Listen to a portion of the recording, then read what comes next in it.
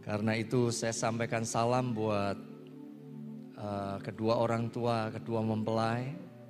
Ya, ini sebuah sukacita, sebuah kebanggaan bisa menghantarkan anak-anak memasuki pemberkatan pernikahan kudus. Kalau kita mendengarkan kesaksian dari Bapak Ibu Yusa Budi Santosa, kita mengerti bahwa mereka berdua menjaga, mereka berdua memberi diri, dan mereka berdua mempersiapkan dengan terbaik. Dan itu sebenarnya barang langka Bapak Ibu dan setiap saudara. Menjaga kekudusan itu barang langka, ya kan? Seperti mencari emas di dalam jerami. Jadi kita bersyukur Tuhan masih menyisakan sebuah generasi yang mereka mau menjaga kekudusan. Yang saya senang dengan statement Bapak Yusa Budi Santoso, mereka berdua menjaga keperjakaan dan keperawanan, ya kan? Oh, itu luar biasa. Karena itu barang langka juga Bapak Ibu dan setiap saudara. Jadi buat yang muda-muda yang belum menikah, contohlah Gihon dan Tia. Karena mereka memberikan yang terbaik buat Yesus yang sudah memberikan yang terbaik buat hidup mereka. Amin Bapak Ibu. Mari kita lihat mau sama-sama kita mau belajar kebenaran firman. Saya tidak akan lama. Seperti yang disampaikan di bimbingan pranikah, yaitu yang dijalani oleh Gihon dan Tia, bahwa bagaimanapun pernikahan itu penting bagi Tuhan.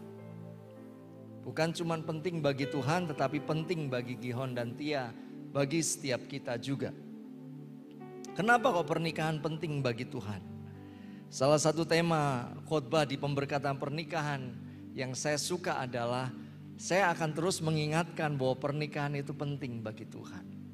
Kenapa penting Bapak Ibu dan setiap saudara? Yang pertama adalah kitab Kejadian, nanti Bapak Ibu dan setiap saudara bisa lihat di Kejadian yang pertama ayat yang ke-26 sampai 28 dikatakan bahwa kitab Kejadian dibuka dengan yang namanya pernikahan.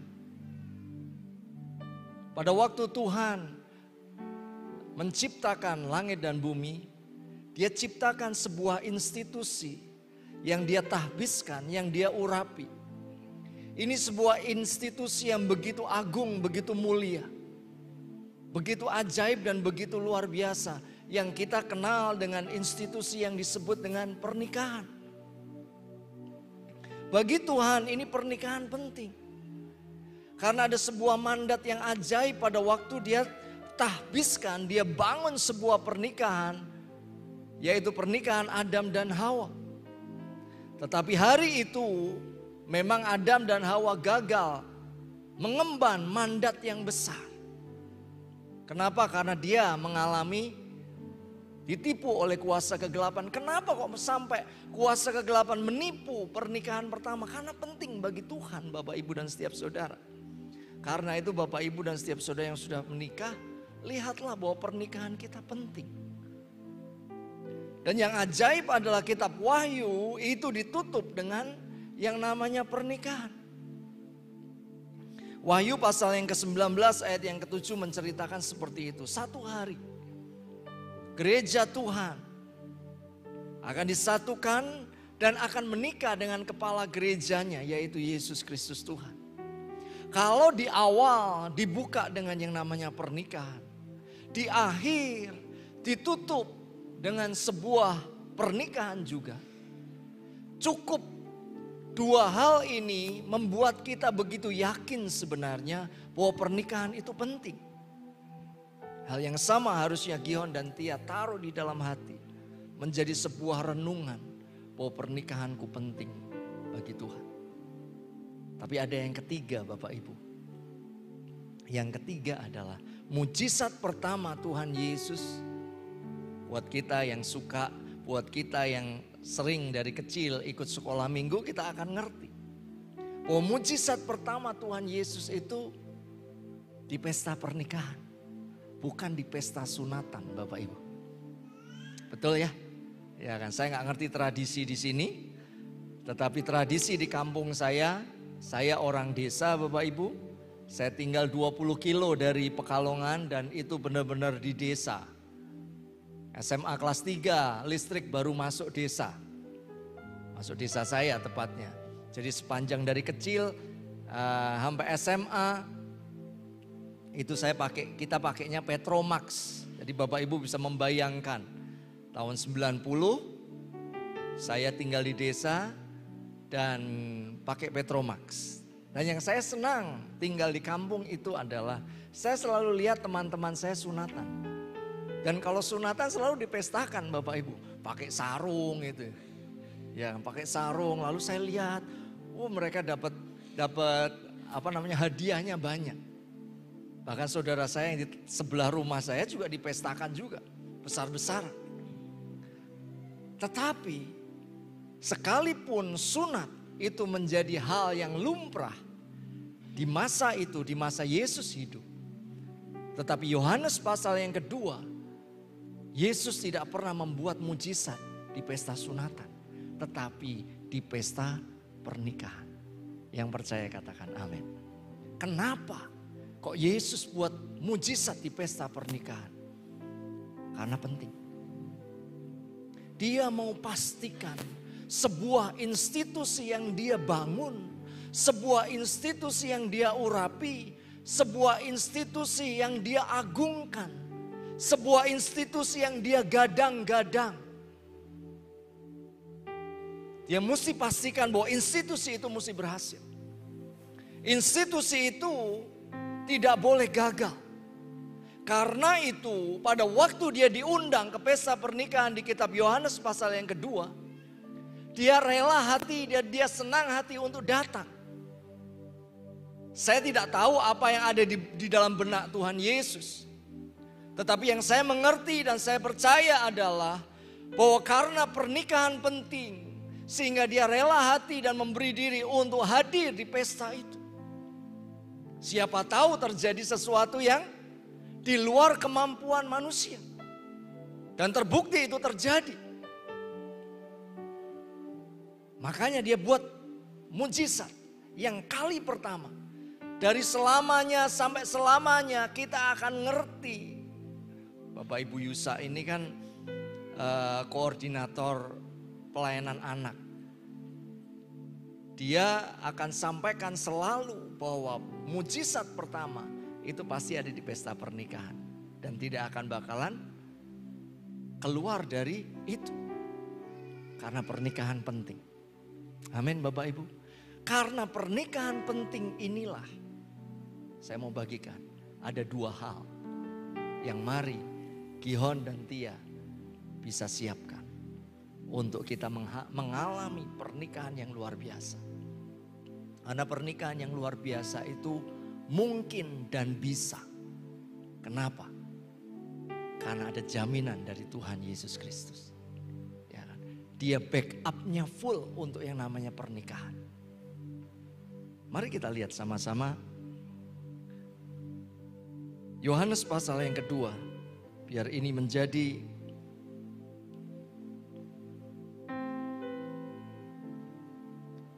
fondasi dan dasar buat Gihon dan Tia dan buat Bapak Ibu dan setiap saudara yang sudah menikah ataupun yang teman-teman muda yang mau menikah. Yohanes pasal yang kedua.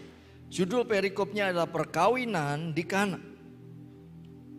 Pada hari yang ketiga ada perkawinan di Kana yang di Galilea dan ibu Yesus ada di situ. Yesus dan murid-muridnya diundang juga ke perkawinan itu. Ketika mereka kekurangan anggur, ibu Yesus berkata kepadanya, mereka kehabisan anggur. Kata Yesus kepadanya, mau apakah engkau daripadaku ibu, saatku belum tiba. Tetapi ibu Yesus berkata kepada pelayan-pelayan, apa yang dikatakan kepadamu buatlah itu. Di situ ada 6 tempayan yang disediakan untuk pembasuhan menurut adat orang Yahudi. Masing-masing isinya 2-3 buyung. Yesus berkata kepada pelayan-pelayan itu, isilah tempayan-tempayan itu penuh dengan air. Dan mereka pun mengisinya sampai penuh. Lalu kata Yesus kepada mereka, sekarang cedoklah dan bawalah kepada pemimpin pesta. Lalu mereka pun membawanya. Setelah pemimpin pesta itu mengecap air yang telah menjadi anggur itu, dan ia tidak tahu dari mana datangnya, tetapi pelayan-pelayan yang mencedok air itu mengetahuinya, ia memanggil mempelai laki-laki dan berkata kepadanya, setiap orang menghidangkan anggur yang baik dahulu, dan sesudah orang puas minum, barulah yang kurang baik. Akan tetapi engkau menyimpan anggur yang baik sampai sekarang. Hal itu dibuat Yesus di Kana yang di Galilea sebagai yang pertama dari tanda-tandanya, dan dengan itu ia telah menyatakan kemuliaannya dan murid-muridnya percaya kepadanya. Inilah landasan di mana mujizat pertama yang dia lakukan adalah di pesta perkawinan.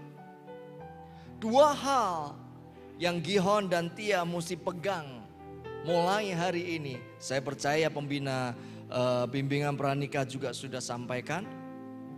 Kalau kita mau melihat sebuah pernikahan yang luar biasa adalah, yang pertama, undanglah Yesus. Amin. Undanglah Yesus. Izinkan Tuhan Yesus melakukan campur tangan yang luar biasa. Tidak ada satupun yang tidak mungkin buat satu pribadi yang namanya Yesus. Kalau kita baca dari Yohanes pasal yang kedua, ayat pertama sampai ayat yang ke-11 saja, itu ada 8 pengulangan kata Yesus. Belum termasuk katanya. Dari 11 ayat ini ada pengulangan kata Yesus selama sebanyak 8 kali. Artinya apa? Artinya bahwa dia mau dijadikan yang terutama di dalam pernikahan. Kalau kita mau lihat keajaiban, kalau kita mau lihat yang namanya campur tangan Tuhan, kalau kita mau lihat yang namanya keajaiban supranatural, penyediaan ilahi, kalau kita mau lihat yang namanya mujizat terjadi di dalam pernikahan kita, undanglah Yesus. Izinkan dia bekerja. Yesus di dalam bahasa Yunaninya berarti juru selamat. Undanglah sang juru selamat ini. Undanglah pribadi yang mampu menghentikan badai. Pribadi yang memberikan jalan keluar. Hari itu Petrus sepanjang hari dia mencoba mendapatkan ikan tetapi gak dapat. Tetapi dia ngerti pada waktu Yesus satu bot, satu perahu dengan dia, apa yang terjadi? Keajaibannya datang. Amin. Kalau kita mau lihat keajaiban yang terjadi di dalam pesta pernikahan di Kana ini, undanglah Yesus. Izinkan dia menjadi juru selamat. Izinkan dia menjadi juru mudi. Izinkan dia melakukan campur tangan. Dan izinkan dia melakukan keajaiban. Yang menarik di ayat ini seperti ini. Di ayat yang kedua dikatakan seperti ini Bapak Ibu dan setiap saudara. Ketika Yesus dan murid-muridnya diundang juga ke perkawinan itu, dia diundang dulu. Di ayat yang ketiga dikatakan ketika mereka kekurangan anggur. Jangan undang Yesus pada waktu kita hadapi masalah Bapak Ibu. Alkitab memberikan sebuah pola. Acap kali orang-orang percaya dia bersungguh hati dengan Yesus pada waktu Tuhan izinkan ada tantangan, ada masalah. Tetapi perkawinan di Kana ini memberikan contoh buat kita. Bahwa sebelum masalah itu ada, sebelum tantangan itu ada, undanglah Yesus. Amin. Izinkan dia ada di depan. Karena pada waktu dia ada di depan, dia akan pastikan semuanya ada di dalam kendali Tuhan. Berilah ruang untuk dia bekerja. Kita ini terbatas. Kalau hari-hari ini Bapak Ibu dan setiap saudara mendengarkan narasi yang kita dengar setiap waktu di YouTube ataupun di Instagram ataupun yang lain, bahwa ada masa di tahun depan itu semuanya serba gelap. Tadi pagi saya mendengarkan apa yang disampaikan Bapak Presiden, bahwa 18 negara sudah ada di dalam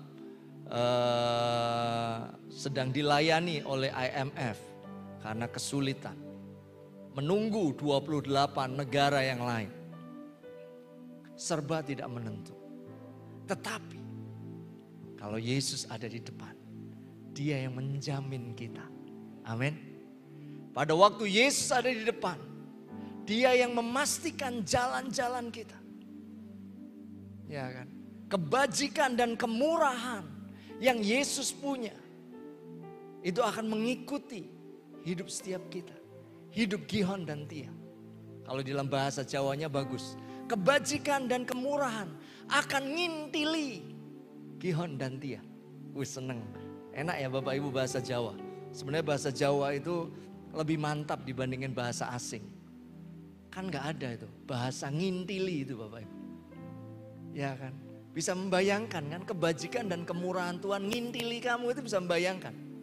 Kamu mandi diintili kebajikan, kamu makan diintili kemurahan Tuhan, jalan keluar dari Tuhan, keajaiban yang kamu butuhkan. Amin. Tantangan apapun bisa terjadi hari-hari ini. Tuhan tidak pernah memberikan janji bahwa tidak ada tantangan. Ya, Tuhan tidak pernah janji seperti itu. Tetapi Tuhan janji saat ada tantangan, aku ada sertamu. Amin. Dia ada sertamu. Yang pertama, kalau kalian rindu mengalami pernikahan yang luar biasa, izinkan Dia menjadi Tuhan dengan cara undanglah Yesus. Dan kalau kita lihat luar biasa, mereka mempersiapkan tempayan isinya air putih, tetapi tiba-tiba menjadi anggur.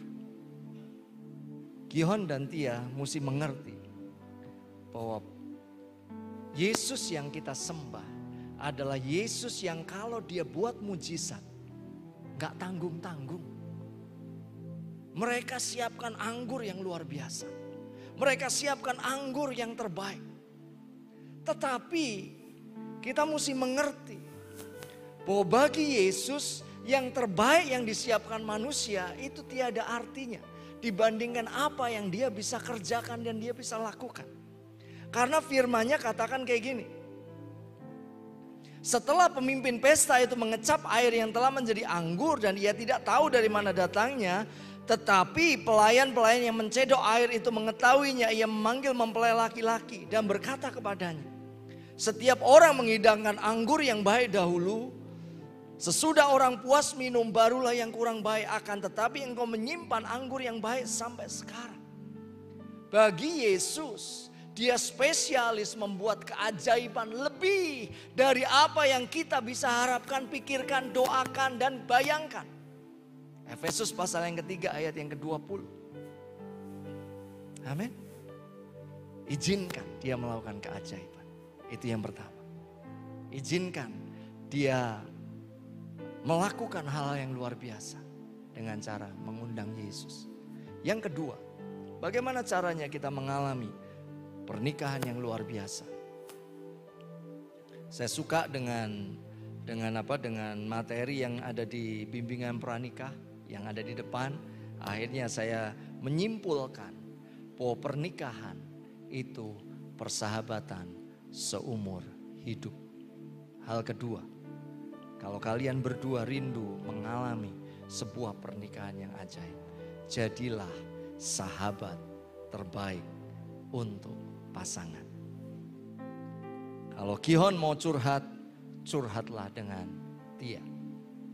Kalau Tia mau curhat, curhatlah pertama kali kepada Gihon. Kenapa?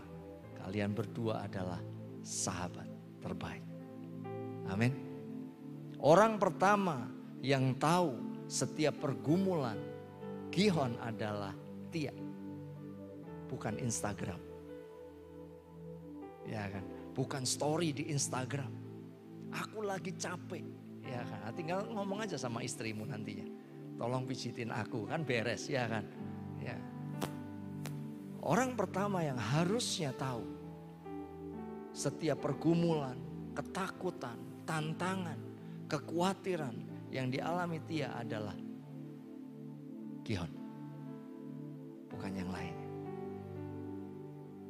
Bukan teman-teman yang di luar, bukan keluarga ataupun yang lain. Bahkan bukan pemimpin komunitas sel kita, tetapi pasangan kita masing-masing. Amin. Karena seorang sahabat itu tidak pernah melenjani sahabatnya. Betul ya? Gihon punya sahabat kan? Punya kan?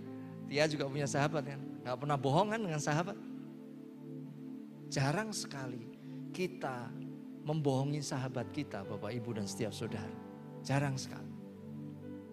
Biarlah itu kita tarik ke dalam sebuah yang namanya pernikahan. Jadilah sahabat. Butuh waktu, betul. Butuh energi, benar. Butuh perjuangan, iya. Tetapi ada Yesus yang luar biasa. Bagaimana persahabatan itu bisa kuat? Sederhana. Saya selalu suka dengan khotbah yang disampaikan oleh Bapak Gembala, Bapak Ibu dan setiap saudara. Khotbah ajak beliau semenjak saya melayani di mempersiapkan pernikahan, cuman 2 ini. Nah, ini yang saya akan ulang. Yang pertama, kalau kamu mau menjadi sahabat dengan pasanganmu, punyai waktu, investasikan waktu untuk berdoa bersama. Kak, pagi sudah crowded sekali, sudah padat sekali. Carilah waktu. Ya. Untuk apa? Untuk berdoa, berdua. Ya. Kalau saya dengan istri saya malam, kalau pagi kita sendiri-sendiri, ya kan. Dia dengan gayanya sendiri, saya juga punya gaya sendiri. Ya kan? Karena pagi itu buat kami sejak jam 5 sudah kedubrakan Bapak Ibu. Jam 5 mesti dia masak untuk menyiapkan makanan buat anak kami yang sekolah di SMP 4 Pakem. Nah, saya juga menyiapkan kopi untuk saya dan lain sebagainya. Lalu bangunin anak, lalu menyiapkan air mandi dan lain sebagainya. Kita bisa malam, atur waktunya. Ya kan? Kak, kalau saya di luar kota gimana? Gak masalah. Kita dimudahkan dengan video call, betul ya? Kita dimudahkan dengan alat komunikasi. Saya di luar kota selalu saya teleponan untuk ambil waktu untuk berdoa. Kalau kita mau hati kita dekat dengan pasangan kita, punyai waktu untuk berdoa bersama. Itu yang pertama. Yang kedua, bukan cuma punyai waktu untuk berdoa bersama, tapi doakan pasangan. Gihon mesti belajar berdoa buat dia. Lepaskan blessing buat dia. Duduk, doakan dia. Karena detik di mana kamu doakan, maka dia dilahirkan di dalam hati kamu. Itulah kuasa yang namanya doa. Hal yang sama juga. Bagaimana caranya Gihon tertambat kuat di dalam hati Tia? Doakan Gihon. Ya. Kak, tapi aku lagi gak enak. Justru karena itulah kuasa dari doa akan memastikan kita akan melakukan pemberesan dengan pasangan kita. Yang percaya dan mengerti katakan amin.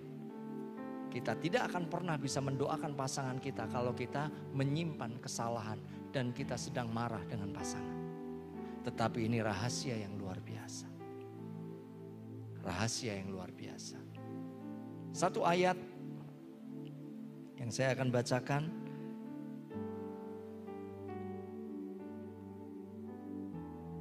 Di kitab Pengkhotbah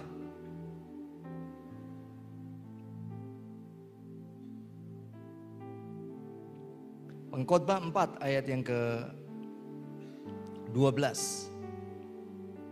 Saya akan bacakan dari firman Allah yang hidup. Sepertinya di atas ada firman Allah yang hidup. Pengkhotbah pasal yang ke-4 ayat yang ke-12. Orang yang berjalan seorang diri mudah diserang dan dikalahkan. Tetapi dua orang akan dapat bertahan dan mengalahkan lawan. Bagus ya. Dalam tanda kurung, 3 orang lebih baik lagi. Karena tali 3 lembar tidak mudah diputuskan. Orang yang berjalan seorang diri mudah diserang dan dikalahkan. Tetapi 2 orang akan dapat bertahan dan mengalahkan lawan. 3 orang lebih baik lagi. Tali 3 lembar tidak mudah diputuskan. Siapa tali ketiga ini? Itulah Yesus. Pada waktu kita berdoa bersama, pada waktu kita menyembah bersama, pada waktu kita mendoakan pasangan kita satu sama lain, maka pribadi yang ketiga itu menjadi tali yang ketiga yang akan mengikat pernikahan kita. Siapa yang bisa mengalahkan? Orang Ambon katakan, seng ada, tidak akan ada yang bisa. Amin. Amin, Gihon. Yang pertama adalah doakan, berdoa. Yang kedua, kalau kita mau menjadi sahabat yang terbaik untuk pasangan adalah baca firman atau baca di ayat yang sama setiap hari. Jangan satunya Gihon lagi baca kitab Wahyu lalu Tia pengennya baca kitab Kejadian, nggak nyambung. Firman itu punya kuasa. Kitab Ibrani pasal yang pertama ayat yang ketiga, bahwa sabda Tuhan itu punya kuasa untuk mengatur alam semesta. Dia juga punya kuasa untuk menjadikan 1-2 hati yang berbeda. Ya kan, latar belakangnya berbeda, keluarganya berbeda, betul ya? Tetapi firman itu punya kuasa untuk menyatukan. Firman itu punya kuasa untuk menjadikan kalian berdua berjalan di dalam kesatuan, berjalan di dalam unity, berjalan di dalam keajaiban, berjalan di dalam terobosan, berjalan di dalam kemenangan untuk menghadapi masa depan bersama-sama. Yang kedua, baca firman yang sama. Baca firman yang sama. Nah, tiba-tiba nyambung. Omongan kita bisa nyambung. Keinginan kita bisa nyambung. Ya kan? Dan ini memang membutuhkan upaya. Ya kan? Tetapi percayalah. Pada waktu kita mengupayakan ini terjadi, kekuatan dan keajaiban Tuhan itu akan bekerja. Dan yang terakhir, kalau kita mau menjadi sahabat yang terbaik untuk pasangan, untuk Gihon, kasihilah istrimu. Seperti siapa, Kak? Seperti Kristus mengasihi kamu. Para suami, kenapa kita kadangkala susah mengasihi istri? Bukan karena istri bawel, bukan karena istri terlalu banyak keinginan, bukan karena istri hanya menyodorkan nota dan bond, bukan. Tetapi karena para suami tidak pernah merasa dikasihi oleh Yesus. Yang mengerti katakan amin. Kalau para suami, khususnya Gihon, ngerti bahwa Yesus mati buat dia, menebus, menguduskan, mendamaikan, membayar lunas, mengampuni dosa-dosa. Masakan sih, Tia bikin kopi kemanisan, lalu marahnya berkepanjangan. Harusnya tidak. Ada ruang panjang sabar, ada ruang pengampunan yang luar biasa. Standar mengasihinya bukan standar kita, tapi standar Yesus yang ada di dalam hati kita. Dan itu dialirkan melalui yang namanya keputusan. Amin. Kasihilah istri. Tuhan Yesus tidak pernah bosan mengampuni kita. Ya, bahkan dia ampuni sekali. 1 Yohanes 1 ayat 9 katakan bahwa pada waktu kita mengaku dosa, single satu, Dia mengampuni seluruh dosa. Ajaib ya ayat itu ya. Kita mengaku satu dosa, kita diampuni semuanya. Dari sebelum kita tahu apa-apa sampai nantinya sudah diampuni. Karena itulah, ampunilah istri kamu. Kalau istri kamu gagal, seperti Yesus sudah ampuni kamu. Tia, gimana caranya menjadi sahabat yang terbaik? Belajar, submit, tunduk. Ya, belajar tunduk. Punya usulan untuk setiap keputusan, silahkan. Tetapi tetap keputusan yang mengambil adalah Gihon. Amin.